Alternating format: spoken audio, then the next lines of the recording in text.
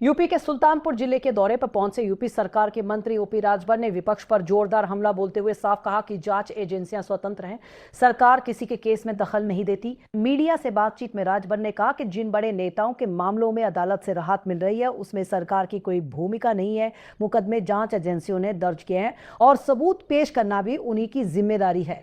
अगर अदालत में केस टिक नहीं पा रहा तो इसका ठिकरा सरकार पर फोड़ना गलत है। राजभर ने कहा कि सत्ता से बाहर होने पर आरोप लगाना विपक्ष की पुरानी आदत है। उन्होंने इशारों में 90 के दशक की राजनीति का जिक्र करते हुए कहा कि हर दौर में विवाद हुए, लेकिन सत्ता में बैठा व्यक्ति संविधान की शपथ लेकर काम करता है। शराबबंदी और केस वापसी को लेकर अखिलेश यादव के टैग पर भी उन्होंने तंज कसते हुए कहा, विपक्ष मेरा कर बयान देना आसान है, सरकार चलाना नहीं। शंकराचार्य के बयान पर राजभर ने दो टूक कहा कि धर्म और राजनीति अलग विषय हैं। धर्म गुरुओं को अपने दायरे में रहना चाहिए। सरकार ने किसी का नुकसान नहीं किया है, लेकिन अगर कोई कानून हाथ में लेगा तो कार्रवाई तय है। सुल्तानपुर से ओपी राजभर ने यह स्पष्ट करने की कोशिश की कि सरकार पर लगाए जा रहे बदले की राजनीति के आरोप बेबुनियाद है। उनके मुताबिक कानून अपना काम कर रहा है और हर फैसला नियमों के तहत लिया जा रहा है। कुल मिलाकर मंत्री का यह दौरा राजनीतिक बयानबाजी से भरपूर रहा, जहां उन्होंने विपक्ष के हर आरोप का तीखा और तार्किक जवाब देकर सरकार का खुलकर बचाव किया। कि जब आदमी सत्ता से बाहर होता है तो इसी तरह के बयान देता है। 1990 में शंकराचार्य के खिलाफ जो लाठीचार्ज हुआ था, किसकी सरकार थी? सत्ता में थे न तब। तो सत्ता में जब कोई भी रहता है तो संविधान की शपथ लेके काम करता है, कार्रवाई करता है कि हम संविधान की शपथ लेते हैं, हम संविधान के दायरे में कार्रवाई करेंगे। तो मैं उस बयान पर, जो माननीय अखिलेश जी का बयान है, उस बयान पर मैं फिर कह रहा हूँ, वो सीबीआई और ईडी स्वतंत्र एजेंसी है। वहाँ कोई भी जांच करने के लिए कोई भी दे तो वो जांच करती है। वो अपना साक्ष्य सबूत पेश करे, न्यायालय में अपना पक्ष रखे, उसके पक्ष में होता है, उसके पक्ष में तो फैसला न्यायालय का होता है। शंकराचार्य जी को लेकर संत समाज भी एक तरह से खेमेबंदी हो गई है। एक तरफ शंकराचार्य हैं और तमाम साधु संत हैं, और उस पर सरकार ने भी अभी स्टे कर दिया है उनके अरेस्टिंग पर, और ऐसे सनातन का नुकसान हो रहा है इसमें, और इसको किस तरह से कैसे भरपाई होगी इसके नुकसान? कि सनातन का कोई नुकसान नहीं है, पहली बात। दूसरी बात कि शंकराचार्य जिनकी चर्चा आप कर रहे हैं, क्या वजह है कि उन्हीं के खिलाफ समाजवादी पार्टी की सरकार में भी मुकदमा पंजीकृत बनारस में हुआ था, लाठीचार्ज हुई थी? क्यों हुआ था? शंकराचार्य का काम होता है जिस धर्म के होते हैं उस धर्म का प्रचार प्रसार करना, लोगों को उस धर्म से जोड़ना, ये काम होता है। न कि मुख्यमंत्री से लड़ना, मुख्यमंत्री के खिलाफ अनर्गल बयानबाजी देना, प्रधानमंत्री के खिलाफ अनर्गल बयानबाजी देना। आप जिस महकमे में हैं, आप उस महकमे में उधर काम करिए। क्यों कर रहे हो ऐसा? अब उन्हीं से पूछिएगा तो बताएंगे। हमारा जब मानना है, हम तो यही जानते हैं, अगर हम नेता हैं तो हमको नेतागिरी करनी चाहिए।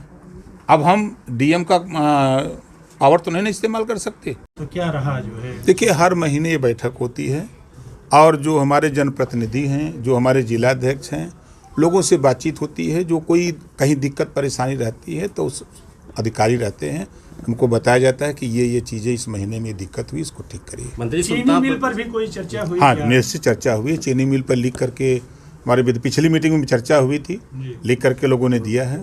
अब कल मैं सीएम साहब से मिलूंगा तो उनको ये सौंपूंगा कि भाई वहाँ के किसानों की, वहाँ सुल्तानपुर के ज़िले की सबसे बड़ी डिमांड है, इसको पूरा करिए। और एक नई बीमारी पैदा किए कि विकास के लिए, देखिए वहाँ आपका डांसा है, बेहतर शिक्षा गरीबों तक पहुँचे, उसके लिए सरकार की पहल जरा देखिए। अच्छी भी बात देखिए, अटल आवासीय विद्यालय, जो मजदूरों के बच्चे हैं, गरीबों के बच्चे हैं, उसमें जाकर के आवासीय बने हैं सभी 18 मंडल में, वो सभी ज़िले में खोलने की तैयारी हो रही है। उसको हर ब्लॉक में ले जाने की तैयारी हो रही है।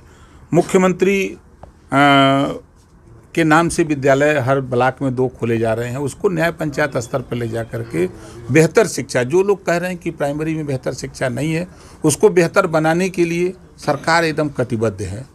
तो प्रयास ये हो रहा है कि बेहतर शिक्षा कैसे हो।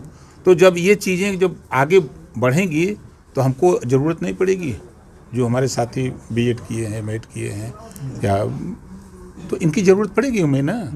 तो हम लोग तो प्रयास है सरकार का कि शायद पहली बार आप देखे होंगे कि 1 डिस्ट्रिक्ट 1 प्रोडक्ट, जी कि ज़िले में हम आपको कारोबार दे रहे हैं, रोजगार मेले लग रहे हैं। भाई 25 करोड़ आबादी में सबको सरकारी नौकरी नहीं मिल सकती, लेकिन हम जो रोजगार करना चाहें उनको हम रोजगार दे सकते हैं। सरकार ने उसके लिए व्यवस्था बनाई कि जो नौजवान रोजगार करना चाहता है हम उसको 5 लाख रुपया बिना गारंटी का और बिना ब्याज का हम 5 लाख दे रहे हैं। आज लाखों नौजवान उसका लाभ उठा रहे हैं। तो सरकार की मंशा है कि हर हाथ को काम मिले, हर खेत को पानी, ये प्रयास सरकार का है। अखिलेश यादव जी का लगातार बयान आ रहा है 100 विधायक मतपत्र छप करके जिले में पहुंचा दिए गए हैं। 15 अप्रैल को मतदाता सूची का प्रकाशन होने जा रहा है। जो भ्रम की स्थिति लोगों में है, SIR का काम चल रहा है, सारे अधिकारी उसमें लगे हैं। उसके साथ साथ परीक्षा चल रही है बोर्ड की, जनगणना सामने है, इसको लेके लोगों को भ्रम है। चुनाव समय पर होगा। मंत्री जी परिषदीय